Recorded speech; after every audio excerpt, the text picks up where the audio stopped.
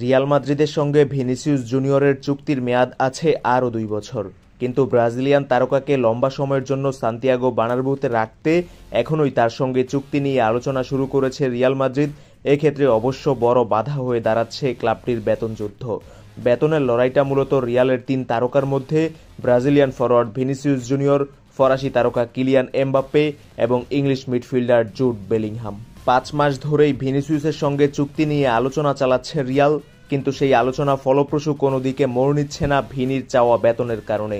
স্পেনের সংবাদ মাধ্যম দিয়ারিও এস এর খবর অনুযায়ী ২৪ বছর বয়সী ব্রাজিলিয়ান ফরোয়ার্ড বর্তমানে বছরে ১,৫০,০০,০০০ করে বেতন পাচ্ছেন। নতুন চুক্তিতে তিনি বছরে চান প্রায় ২,০০,০০,০০০ বেতন। দলকে ১৪ ও ১৫তম চ্যাম্পিয়ন্স লিগ জেতাতে অসাধারণ ভূমিকা রাখা ভিনির বেতন ৫০,০০,০০০ বাড়ালে রিয়ালের তেমন কোনো সমস্যা হওয়ার কথা নয়, কিন্তু ভিনির বেতন ৫০,০০,০০০ বাড়ালে তিনিই হয়ে যাবেন রিয়ালের সর্বোচ্চ বেতন পাওয়া খেলোয়াড়।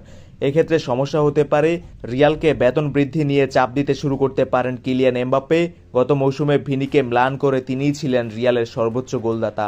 সব মিলিয়ে গত মৌসুমে ক্লাবের হয়ে ৪৪টি গোল করার পাশাপাশি লা লিগার সর্বোচ্চ গোলের পুরস্কার পিচিচি ট্রফিও জিতেছেন কিলিয়ান এমবাপ্পে। এমবাপ্পের বার্ষিক বেতন বর্তমানে ১,৫০,০০,০০০। তার বেতনও ৫০,০০,০০০ বাড়িয়ে ভিনিসিয়াসের সমান করতে রিয়ালের তেমন কষ্ট হওয়ার কথা নয়, কিন্তু এ দুজনের বেতন বাড়ালে বেলিংহাম কি চুপ করে বসে থাকবেন?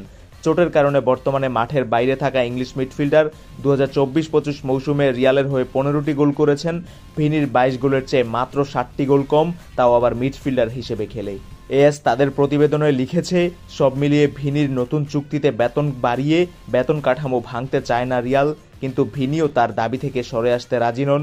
তাই ভিনিসিয়াস রিয়াল নতুন চুক্তির কি হবে এখনই সেটা বলা যাচ্ছে না। মাঝখানে তো আবার ভিনিসিয়াসকে বিক্রি করে দেওয়া হবে, লিভারপুল ভিনিসিয়াসকে নিতে আগ্রহী, এরকম রিউমারও আমরা শুনতে পেয়েছি। তো রিয়াল ভিনিসিয়াস ক্ল্যাশ এখনই আসলে এই সমস্যার সমাধান দেখছে না রিয়াল মাদ্রিদ।